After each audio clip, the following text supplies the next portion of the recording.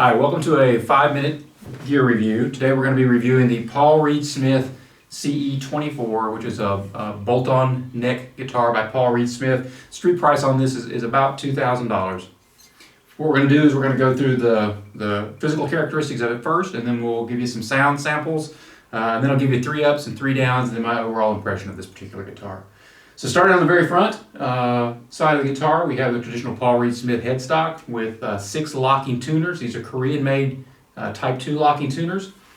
Traveling down the neck, we have the proprietary Paul Reed Smith nut, a rosewood fretboard with nickel frets, the Paul Reed Smith bird inlays, a couple of 85-15 humbucking pickups, and then the Paul Reed Smith 6-point tremolo or vibrato with the snap-in arm. And we have a volume control, we have a tone control, and the tone control pops out to split the pickups.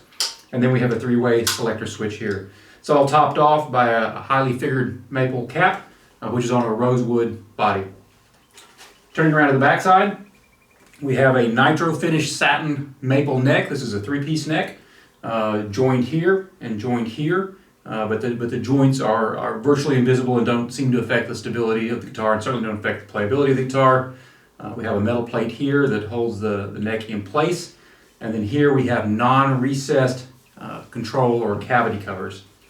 Around on the side of the guitar we have a couple of what was here originally were the Paul Reed Smith oversized strap buttons. I've replaced those with Dunlop locking buttons, and we'll talk a little bit more about that in the 3 up, 3 down, and why I did that. So that's the physical characteristics of this guitar.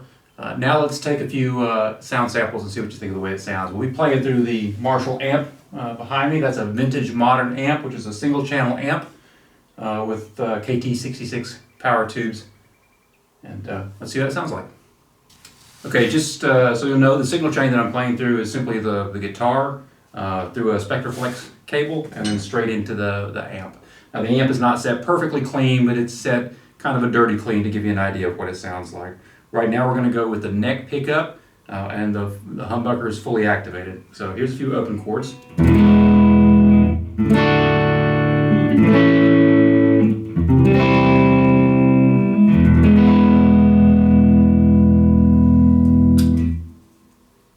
Both pickups.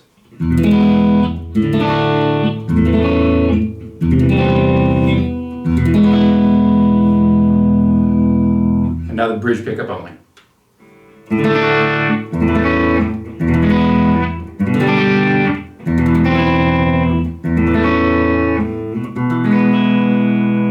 And now we'll split it, starting with the bridge pickup.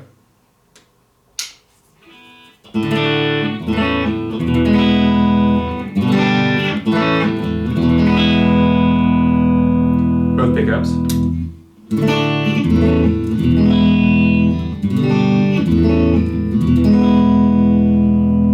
And the neck pickup.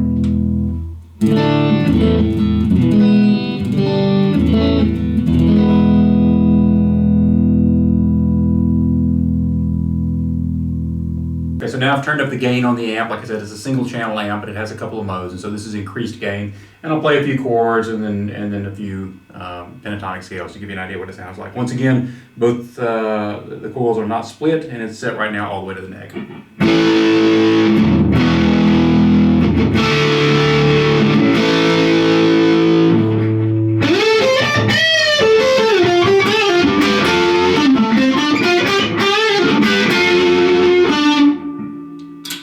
Now both pickups. And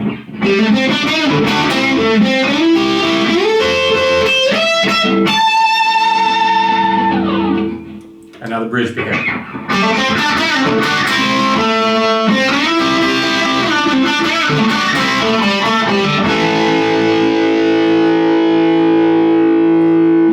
And now we'll split them with the bridge pickup first.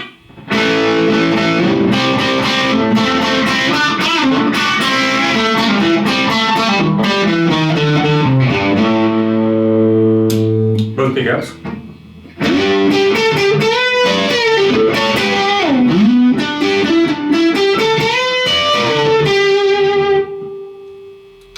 And now just the neck pickup.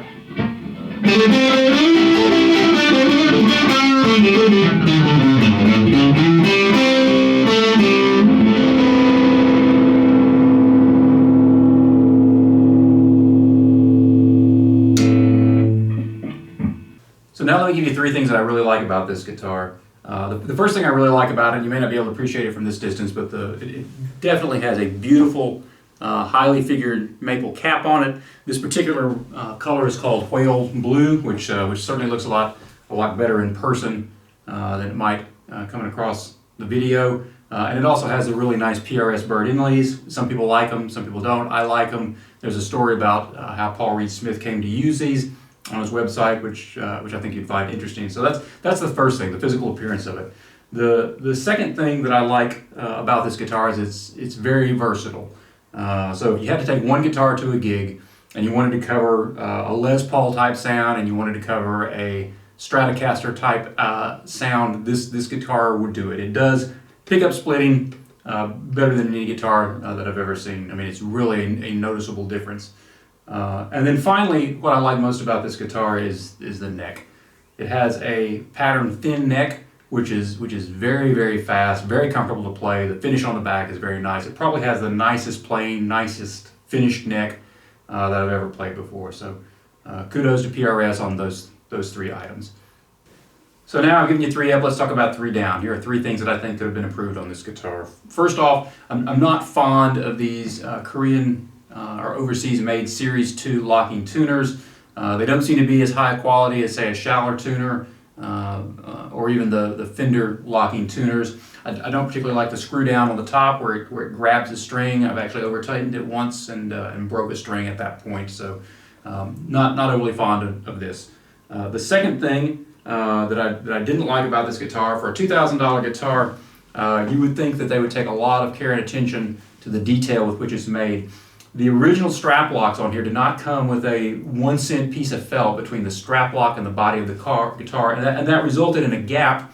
When you try to put something flat on a rounded surface, you could actually see daylight between the strap buttons in the guitar. So I remedied that by just buying some Fender felts and put underneath there. But the reality is I understand that they're trying to do some cost-saving measures on this guitar compared to the core line, but still for $2,000 you would expect that they'd put a 1 cent piece of felt there. So that's certainly something that they could fix very easily. And the final thing that I wasn't overly fond about with this guitar, again, if you're paying $2,000 for a guitar, you would expect a hard shell case. In this particular case, you get a PRS gig bag, not even one of the ultimate gig bags with the hard side protectors. This was just kind of a standard gig bag. A nice gig bag, but again, with this nice a guitar, I certainly would not trust the protection of this guitar to this particular gig bag, so that would probably require a case later on down the road. So there's three up, three down.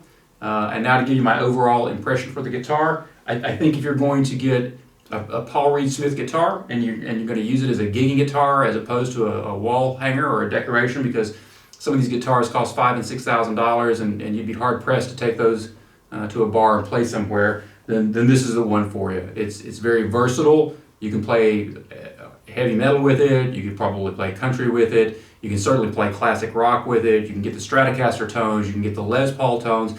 Bear in mind, it doesn't do a Strat sound as good as an actual Stratocaster. It doesn't do a Les Paul sound as good as an actual Les Paul, but it covers that range very nicely. You get 95% of the way there. Thank you very much for watching. This has been a 5-minute review of the Paul Reed Smith CE24 guitar in whale blue. Thank you.